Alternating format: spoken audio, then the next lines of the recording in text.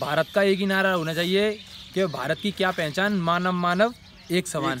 चाहते ही नहीं कोई हमसे पूछे कभी भी कि आप किस कास्ट से बिलोंग करते हो। हम नहीं चाहते, हमें नहीं बतानी कास्ट, हम इंडियन है। मुझे तो नहीं लगता कि भाजपा सरकार ने दलितों के लिए कुछ किया है।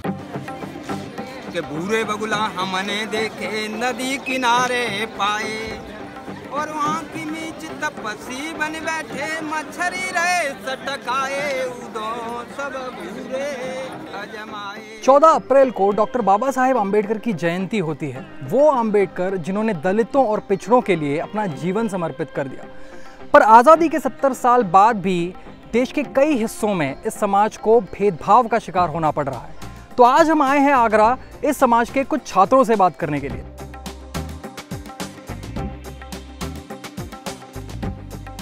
बाबा साहब ने जिस तरह के हिंदुस्तान का संविधान लिखा था, क्या वो हिंदुस्तान 70 साल में पिछले बन पाया है? मेरे मानने में तो बिल्कुल नहीं बन पाया है, क्योंकि बाबा साहब ने सबसे पहला जो संविधान बनाया उसमें सबसे पहले कहा कि समानता होनी चाहिए पूरे देश में। आज तक 70 साल में समानता नहीं है। जातिवाद इतना फैला हुआ है कि जातिवाद लोग, सत्ता के लोग भगवान में भी जातिवाद बता रहे हैं। कभी हनुमान जी को दलित बता रहे हैं तो कभी किसी को कुछ बता रहे हैं। इस बात को समझने के लिए हमें भारतीय संविधान की जो प्रस्तावना है वो पढ़नी चाहिए। बाबा साहब ने जो सबसे पहला शब्द लिखा वो प्रस्तावना में, वो था हम भारत के लोग।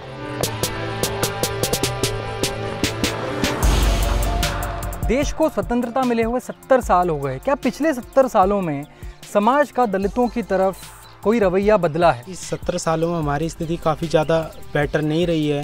SC/ST एक्ट के सबसे ज़्यादा केसेस उत्तर प्रदेश में ही बढ़ते जा रहे हैं। मोस्टली देखा जाए तो कि हाँ, आया तो है बदलाव, जो हमारी जनरेशन है उसमें, पर हमारी जनरेशन से जो पहले की जनरेशन है उनमें तो नहीं।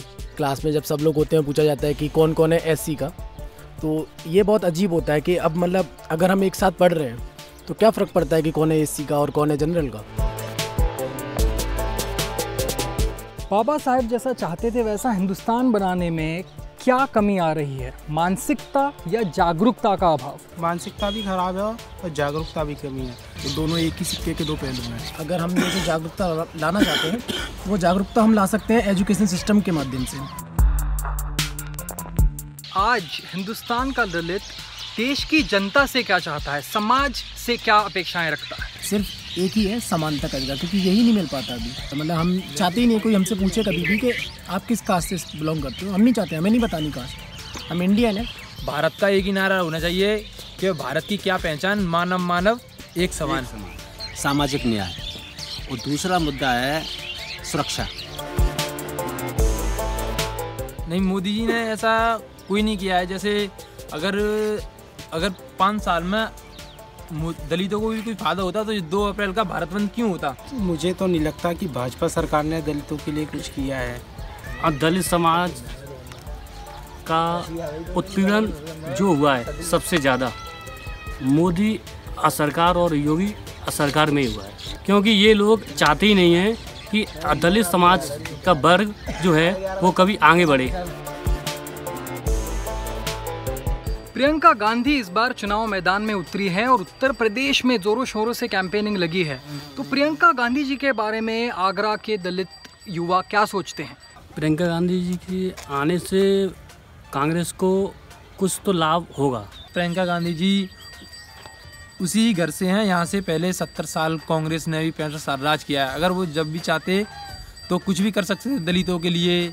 जब उनका शासन था तब उन्होंने नहीं किया, तो आगे ये क्या कर सकते हैं? प्रियंका गांधी जी के आने से कांग्रेस को बड़ी मजबूती मिली है और कांग्रेस पार्टी देश में बड़ी मजबूती के साथ आगे बढ़ रही है। अगला सवाल यह है कि जिसकी भी सरकार बनेगी उस नई सरकार से क्या उम्मीदें होंगी? एजुकेशन सिस्टम है, जो मतलब जो फीस वाला सिस्टम है। एक्चुअली फ़ीस आजकल इतनी हायर हो गई है IIT कॉलेज में, मेडिकल कॉलेज में, वो थोड़ी कम होनी चाहिए। नई सरकार से लोगों को, युवा को उम्मीद रहेगी कि रोजगार मिले। इस बार हमारा वोट गठबंधन को। मेरा वोट गठबंधन, महागठबंधन। शिक्षा भी है और कानून व्यवस्था भी है, विकास भी है और साथ में किसान भी है, इसलिए मेरा वोट गठबंधन को। सब जनता को खून चूस के अपने पेट बढ़ाए, उदो सब भूरे अजमाए। भूरे ने देखत 70 साल है गई बाबा साहब बताए। भाइयों बाबा साहब बताए। जय भीम जय भारत।